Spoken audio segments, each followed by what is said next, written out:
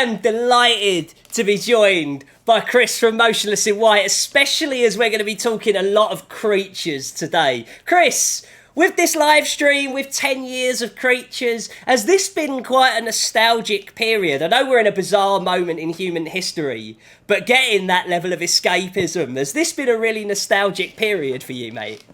It really is. We started talking about what we were going to do for this like in the summer of last year. Like that's how early conversations about like everyone. We know that fans are going to come at us real hard about like, what are you going to do for Creatures? So these conversations started a while ago, but they never really felt like it was real until maybe like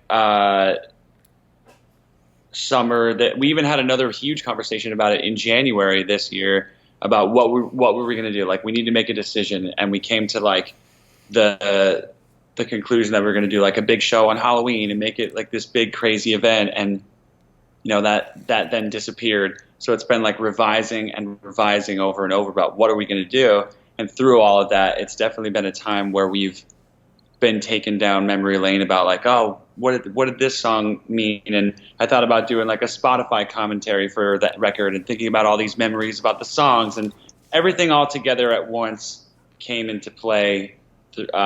And this month it just exploded. So it's been a very nostalgic time. Yeah. And through your fans, right? Because we have a bunch of fans that are here following this now, and you're like, I have friends that are Motionless in White fans, and there aren't a lot of Motionless in White fans that are half-hearted, right? So through all of these interactions over 10 years, what have people told you about Creatures? What is your perception of how your fan base feels about that record? It's actually changed quite a bit over time. We used to be really agitated by it, then we just stopped caring. And then as time went on, now it's more like I think it's awesome. I mean, I haven't listened to some of those songs in years. So going back and listening was like, oh, okay, I get this now. Like I understand. I loved it then. I feel like fans pushed us in this like being resentful towards it for no reason, just other than it being like, oh, that's the record that Motionless should sound like forever, and it builds a lot of that like that's not who we are as artists or what we want to do, but we feel like if we don't, then we're going to receive those comments for forever, which we are no matter what. So it's been an interesting time, 10 years. But I love the record now, and I think with fans, it's just one of those records that is a very time and place type of record where you're taken back to a period of your life, like a lot of records do, and it really means something to you now because it meant something to you so much then. And that's what I get the most from fans about that. It's just, it really makes them feel like a time period of their life where that record was there for them or just helped in whatever way, and that was the goal with that entirety of that record. It's right there in the first track in the lyrics. So that's kind of what I gather about it. I like the fact that it's kind of an isolated record in your back catalogue. Like from that moment onwards, like Motionless has like a line that you can track the growth, but Creatures is this one record that stands alone. Is that maybe why you felt a little bit like it was an albatross for a few years? Like it felt very creatively different, like you made it when you were young, that was very representative of who you were, but from that moment Motionless became something else. Is it because it's an isolated piece of art in your back catalogue? I think that's a fantastic way of putting it. Yeah, I mean, it very much is. I mean, there are songs on future records that are really, really heavy, but even the next record, Infamous, being so different, half of it being so different, does make it essentially an isolated record where every song kind of has this constant theme, whereas in the future we just switch it up way, way more often. It was more so that people just didn't seem to let go of that the band didn't want to evolve, or that we as writers and musicians didn't want to evolve. They just were so hell-bent on like, the band should sound like this. And I get it, because I, as a fan, felt that way about bands in the past. Yeah. Like, I remember hearing records and be like, what the fuck is this? So like having to me personally, having to then be on the other end of that for the first time was what made me feel really weird about it. I'm sure some of the other guys, where you have that feeling about other bands' records and then have people feel that way about your music, was like a whoa, and people react differently to things like that, and that's probably what it was most for me that made me feel weird about it. Could I ask you about that album cycle as well? Because this is the time that you went from being Chris to being Chris from Motionless in White, right? Well, that's a big psychological change, man. I know what it's like to have gone from being a print journalist to being on TV in the UK, right? No one can prepare you for that shift. 1 minute it's one, life is one way, the next it's another. Like, because you're a straight edge band, like, you didn't see a lot of the kind of trappings that befall people in that period. But what was life like going from those two extremes, like touring internationally for the first time? Like, what are your memories? Is it a happy time? Was it a confusing time? Like, psychologically at that point in time, how do you look at Chris from 10 years ago? I mean, dude, we were just like kids in a van with no money and just it's the cliche, like kids in a van, no money, and just a dream in our pockets and just going at it, or going for it. And there's still a lot of that spirit that lives within us now, but that's what it was to me. I mean, I might be like the only member of a band that I ever hear being like, put me on tour, let's go, I'll tour for forever, and be totally fine with that. And I think that that's because early on in our touring years, and especially when that record happened and that shift took place, it became kind of like a sense of stability, or like there was a sustainable career there, rather than just hoping for whatever it was that we were trying to have happen to the band. So I think when it became real, most of it was just very inspiring, and there was so much momentum for us. But then also there was the business aspect of it that came into play, which with the music industry is the dark side of it. So there's a lot of learning and a lot of mistakes and a lot of being taken advantage of, and just, learning experiences. And that's where being a young kid in a van with your friends and having that mentality kind of bit us in the ass a little bit. But again, we learned from it and moved on. So that's what I remember most about like that time period, just kind of having to come to terms with that. Like, okay, if this is now going to be a hopeful career, there's a different mindset you need to go into it with. And it's not just you and your friends in the band only anymore, but still really fun and awesome for us. Yeah, like, do you feel like people were surprised by you being straight edge? Because I've got to say, right, like, through bands that look the way Motionless did, right? Like, right. And having worked through, like, Manson and all those people that were pure fucking chaos, right? Like, just chaos human beings. It was kind of, it took me a second to go, oh, wow, like, right. Did you feel that you had any aspersions cast upon you, or people thought about you a certain way because you were edge?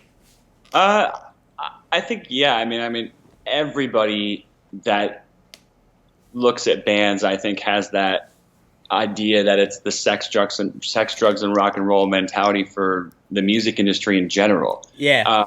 And I think for us, being so outwardly fans of bands like Bleeding Through, AFI, and 18 Visions, which were all straight edge bands, maybe that association made it a little bit more digestible for people to kind of be like, oh, okay, they love these bands. They look like. I've never thought of it that way, and they're all like the bands that, when I think of you as a human and the conversations we've had, they're all the bands that come to mind. Exactly, yeah. So I think with that, maybe there was that hope, but with our case, you and me, that didn't pop into play. So yeah, I think it's definitely more people feeling like, oh wow, that you guys don't party, or you guys don't whatever it is. And I've always been just cool with that. Like we've openly promoted in the past that we're like the most boring band of all time. Like we used to have jokes. I don't know if I've ever said this before out loud, or it's not anything crazy, but it's just a funny inside joke that there was one time, God, we were on tour and it was one of those like what your girlfriend thinks happens versus what is actually happening, and you know what people in general think is happening. What was really happening is that we were huddled around a table on my phone watching on YouTube how fucking bread is made. We were watching how bread is made. That's what really that's the extent of like our partying. We hang out and watch how it's made. So I think we promoted that a lot, and people kind of just were like, okay, these guys are like dads. So So live streaming. I've spoken to a bunch of different people that have had a bunch of different approaches towards it. There are some people that have a really cinematic view. Like I spoke to Nurgle before Behemoth did theirs. I've had Jamie from Code Orange has been on the channel this week. With Creatures being such a visual record, by that I mean the artwork is my shit 101, right? Still to this day, when you have a visual canvas like that, how do you approach a live stream? Like, just about the performance, or is it about more than that? Because I've seen you at festivals, right? Both in the UK and now I'm here. And when you turn up to somewhere like Sonic Temple, formerly Rock on the Range, your stage show at the end of the weekend always stood out to me because there were ideas regardless of budget. Is that something we could expect on the Creatures live stream, or what's the deal? It's tough because the idea for what we were actually going to do for the Creatures show was that we were going to play in an arena at home, so like a hometown Scranton show, Halloween night in a fucking arena, and just go for it. I mean, even if it didn't even sell out the floor or whatever, we still were just like, we're going big, like exactly, fuck the budget, dump the money in, and make it a big thing. With this, you could play in an arena or you could play in a bathroom, and I feel like it's not the same. You're not going to get the same from a stream if you're in an arena. It's just not going to feel the same. So for us, we went the way of kind of making it where we're going to go a little bit smaller, a little tighter, and make it feel like what we felt was representative of what you would see from us at that time period. The production we're going to do, a lot of like the Halloween type stuff, like the pumpkins everywhere that we really like to bring out and create that theme, since it's obviously near Halloween. But it was tough. We were just like, let's go kind of small. Let's make it feel like it was an authentic time period show. I see. Right, yeah. I can totally get with that. Do you think that the arena show might still happen? Like, once the world opens up, like, is this something, because our chat is, like, someone had in block capitals, fucking do it, as you said about the arena thing. Is this something that is on standby, or is it the Creatures moment is gone? Like, how do you feel about it? I don't think that it's gone. I think that maybe, I mean, to do in an arena after already having a bunch of people see it, technically, I don't know if that would still go over well, but I think after this, with enough people that are watching, they might probably fuel that fire, and maybe it will happen. I would love it to. I think all of us were very excited about doing it, so let's keep it on the table. And creatively, like the artist you are in 2020, what do you think about Creatures when you listen to it? Because at the top of this interview, you were like, there's songs on this that I haven't heard in years. So when you went back and when you revisited this, what do you think it said about the Chris Motionless of 2010, and how do you feel about it? My answer to that is I wish I went to fucking therapy. That's for sure. Well, it kind of was your therapy, like when you look back. Yeah. I listen to the songs, and there's a lot of pain and a lot of release in those tracks. I mean, I have to be honest. I was quite embarrassed over a plethora of the lyrics, because as a person who really pays attention to that now, more than I ever did for our music, I was just like, oh my God, why the fuck did I write that, or did I say that, or whatever. But I think Could I ask why? Did you feel like you'd given too much of yourself away, or what was or was it how you'd expressed it? What was it? Yeah, I think that there are some things that just didn't make sense. Like I wasn't as skilled, in my opinion, at translating what I wanted to say to paper, and sometimes things that meant something to me didn't translate that way to other people. And then when I hear it now, being so distant from it, I'm just like, oh, I could have just said this, or I could have phrased it in another way, or I could have, simply just not said this line, and that really stuck out like a sore thumb in the song. But it's not something like I dwell on. I clearly have no problem with it. Otherwise, I wouldn't want to do these songs or anything like that. It's just that's who I was. But yeah, a lot of pain and a lot of not knowing how to really deal with my emotions and what I was experiencing in my life. And music, as it always has been, was the outlet that I chose to release that in whatever way I wanted to. And that's what I hear the most, yeah. I really hope people appreciate you going back for it feels like this is something so for the fans. It feels like this Creatures moment is a real giving back moment. Yeah, well, I mean, we obviously have listened all year. Even I think fans started talking about it at the end of last year. So right, wow, it's been something that they haven't really necessarily let us escape, even if we wanted to. But I don't want it to come off like it was like a hard no from us and they just forced us into it. That's not how it was. Like we started talking about it in the summer, as I mentioned earlier, of last year, and it felt good. It felt like, yeah, it's not a torturous idea that it was like, at that point it was more, do we do a tour? Do we do a show? Do we play certain cities? How do we do the logistics of that?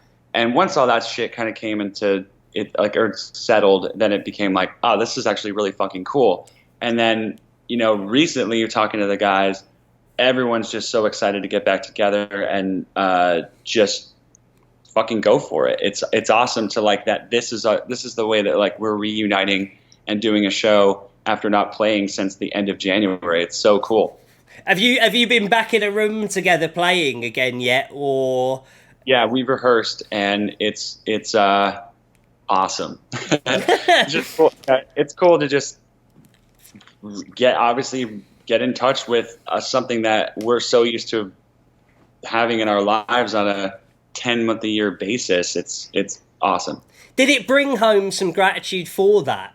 I have found that during this lockdown period, like being in a situation where I've still been able to do what I do, getting to talk to people like yourself, like it's such a like fuck man. But like talking to people in bands that have had that taken away, when you get back in there, does it feel like a kid again? Because it's like all of you are like think about the last time that you had like 2-3 months of not playing music or thinking or being able to do anything with it whatsoever, and triple it and add another month on that. Like, It's wild what's happened to people. Has it added an extra jolt to Motionless in White? Yeah, I mean, we man, it's crazy how long it actually was when you say it all like that. Thankfully, it doesn't feel like it's been that long, but I think that's probably because we are actually appreciating the time off. Like there's after the initial like loss and feelings of just like, wow, like this is real. People started to come around and be like, okay, like we can make something out of this, whether it's for the band or for ourselves personally in our individual lives. And I know that pretty much everyone in the band is taking some pretty serious steps with things in their lives that are going well.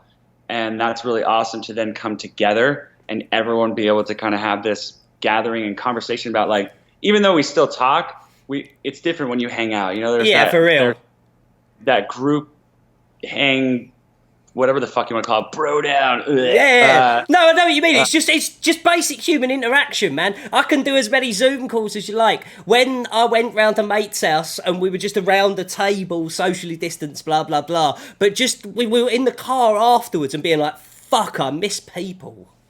Yes. Yeah. It's crazy how, even being an introverted person or someone who doesn't feel like I like to be around a lot of people, I realize how much I enjoy it now, having been so departed from it. Not at the level where like I'm going to go to parties every weekend or whatever, but it was so great to be around people that I haven't seen that are friends, and like I said, have those conversations about like, what have you been up to on this level, or like what's going on, or oh man, like your wedding got postponed, but this happened, and that fucking sucks. What are you gonna do? Like those are real life conversations that extend far beyond a career and what music mean to us, because that's underneath it all, what really brought us together as a band is that feeling of camaraderie with each other.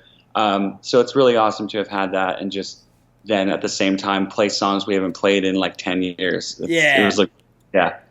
And how's lockdown been for you in terms of creatively? Have you been keeping busy in that regard? Like, what have you been up to, man? Well, we have done a few projects, like just different kind of out there, like let's try something different. We did some theatrical versions of some songs we did. We did a cover of a Killer song. Yeah. We did a Creature's anniversary song. All things that just felt like we had the unique time frame to try these things. Let's go for it. And all of those things have been really cool because they're just a different extension of what our band can do. Just hasn't been able to touch on it, and it's just cool creative moments. And then working on new music for a new record. But I've been saying this. I think I said this in a different interview, that we're not really sure what to do right now. Like, do we do a record? Do we do singles? Do we hold off for a while? Like, what do we do? And yeah, man. That's a kind of a scenario we're stuck in and still trying to figure out, is like, what's next? Like, we can do all these projects and all these different alternate versions of songs all we want, but at some point there's got to be another record. It's just, when do we do that? Do we wait and see what happens with the pandemic? Do we do a record? Do we do a bunch of singles over the course of next year until there's more clarity of what's going on? Like, what do we do? But in the meantime, we've just been writing, and shit's been really cool. I've personally done a bunch of heavy songs, which feels cool to be in touch with that again, like really heavy songs. But as I've said before, the record will maintain its usual mix of heavy, experimental, and whatnot. Like, so when you look at that, like, have you made a decision on what to do with the ball? Like, when you lay it out like that, and there's this option, and there's this option, there's this option, there are, like, I'm one of those sick people, Chris, that doesn't mind the scorched earth policy, because it gives us all license to spread our wings creatively without any reason for, like, these are the rules. Like, the rules left town, right? Yeah. So I have found that quite liberating. When you look at all of those options, is there a plan, or is it let's wait another 2 or 3 months and see how this plays out and then make a plan? It's kind of just an everyday thing. Gotcha. I mean, that goes for everybody in life in general right now. Who the fuck knows what's going on right now? And it's a fair point. You make it well. I mean, dude, look, what are we, 12 days away from the election or something? Like, that's gonna change life again to close out our year, regardless of which way it goes. Yeah, of course. So I think that dust, even though it's going to take a long time to settle, if it ever does, is certainly going to give people a perspective on what they might be looking at for 2021.